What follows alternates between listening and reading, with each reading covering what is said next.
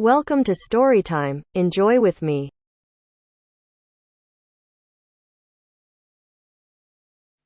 The Boy Who Couldn't Sleep.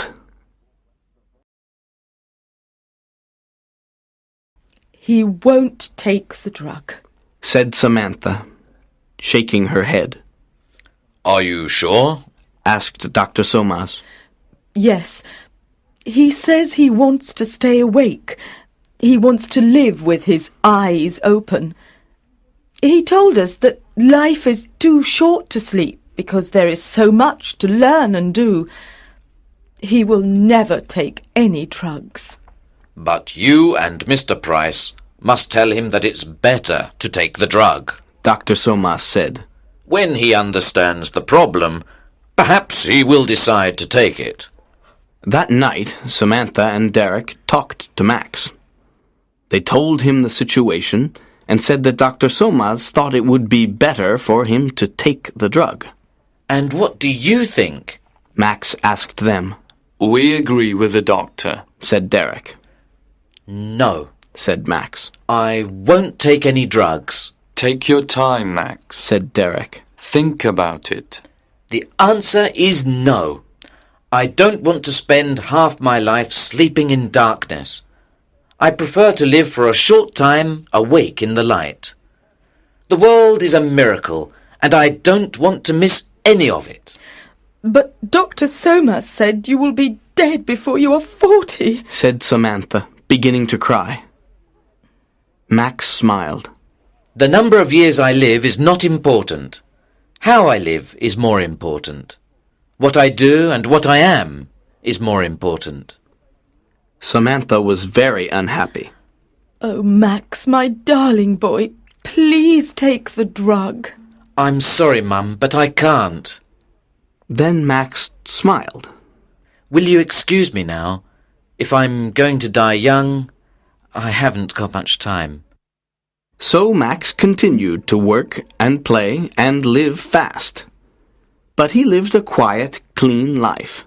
He didn't smoke or drink alcohol, and he didn't eat too much.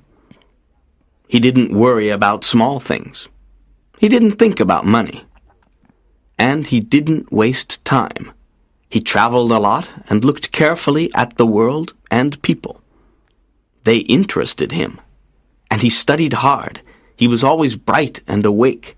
He always wanted to learn new things. The medical experts said that Max's body and brain were not influenced by the diurnal rhythm, like every animal on Earth. I'm sure he's from another planet, Laughed Derek. He liked Max's strange condition now. It was different. But Samantha didn't like it. She did everything possible to make Max normal. For years, only a few doctors and scientists knew about Max's condition. Samantha and Derek didn't tell anybody. It was a big secret. So Max lived quietly, and he was happy. When he left school, he got a job in a bank. Then he met a girl called Wendy, and they fell in love and got married. Max was 30 years old. He didn't tell Wendy about his condition, so she didn't know anything. But she began to notice things, and one day she told Samantha that Max didn't sleep much, but he was never tired. The two women talked, and finally Samantha told Wendy the secret. Wendy was shocked and amazed. Is Max really going to die before he's 40? Nobody knows. Dr. Somas said that if he lives quietly, he will probably live longer. But listen, Wendy, you must not tell anybody about this, not even your friends. Nobody must know. It's a big secret. Why? Said Wendy. Because he must live quietly. Then he will be happy and he will live longer. So the world must never know, especially the newspapers and magazines. They must never, never know. Do you understand, Wendy? You must never say anything to the media. Promise. Yes, all right, I promise. Wendy answered. Wendy was a good person and a good wife. But she liked money, and she liked a lot of it. She loved spending money. So when she saw beautiful clothes in the shops, she was often angry because she couldn't buy them. Max didn't get a lot of money as a bank clerk. So Wendy began to think. She thought, I'm going to have a child soon. If Max dies before he is 40, what will happen to us? I must think about the future. One day, she decided to speak to Max about it. At first he was angry because she knew his secret. Then he smiled. Wendy, my love, don't think about the future. We love each other and we are happy. That's very important. You see, nothing is certain. Perhaps I won't die young. But I promise that when I die, you will have enough money. But Wendy had a different idea. She thought about it for a few days, and then she went to the office of a big national newspaper and said that she wanted to tell them an incredible story. Of course, she got thousands of pounds for the story. And when the world heard about Max, the world wanted him. America, Japan, Australia, Europe. Interviews, articles, talk shows, documentaries. The public and the media were fascinated. In a few days, Max became world famous, and Wendy became very rich. He tried to hide. He tried to escape from all the noise and attention. He ran away, but the media always found him. Samantha knew that this was a very bad thing for Max, and she was furious with Wendy. But it was too late. The TV journalists and personalities, the newspapers and magazines followed him everywhere. Film directors offered him millions of dollars to appear in their films. Big film stars and rock singers wanted to meet him. Max became unhappy. He became ill.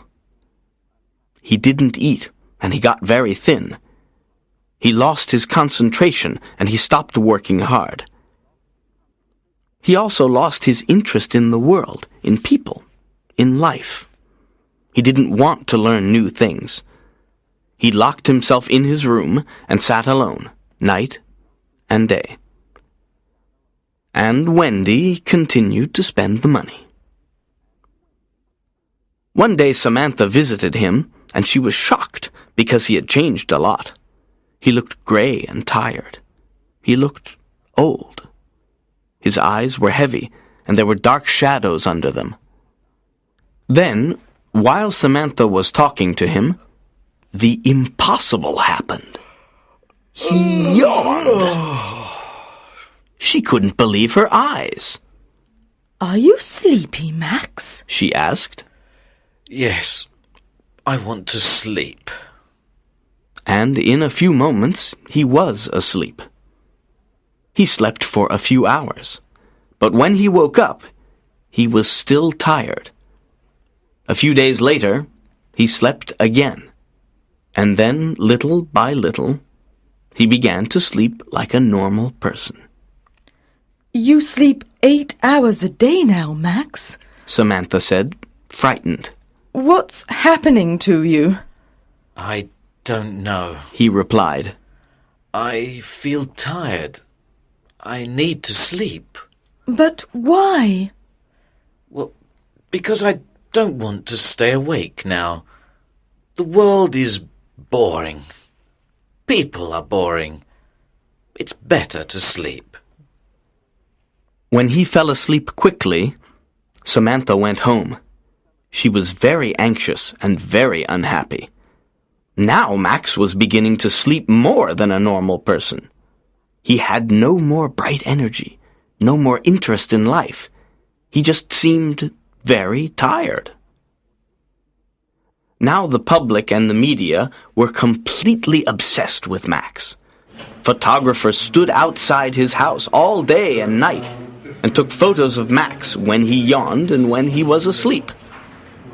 Every day Wendy told reporters what Max was doing, for a fee, of course. All round the world, people knew what Max was doing, every minute of the day. They tried to telephone him. They sent letters, telegrams, and presents. Samantha said to herself, If this continues, Max will die. It must stop. She thought about it day and night. And then one day she decided to appear on a TV chat show. He's very ill. She said in the studio. You must all leave him alone. Why is he ill? The interviewer asked. Is the drug killing him? No, he doesn't take any drugs, Said Samantha angrily. It's you, the newspaper and TV people, and you, the public. You have destroyed his peace and his world with all your noise and gossip. You won't let him live quietly. He always lived in the light with his eyes open, but you have pulled him down into your darkness, and he has closed his eyes. You, the media and the public, are killing Max with your stupidity. Leave him alone. The media and the public were very angry.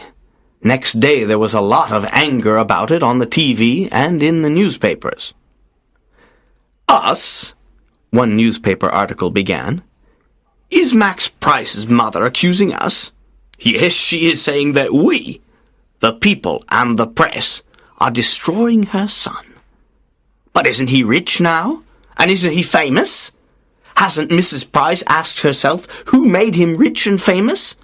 We are innocent, Mrs. Price. We have helped your son. You told us to leave him alone, but we live in a democracy. We have a right to know about Max Price. We demand to know about him. Etc., etc. When Samantha left the TV studio, she went to Max's house. Wendy told her that he was sleeping, so she went home. Next day, Wendy phoned Samantha.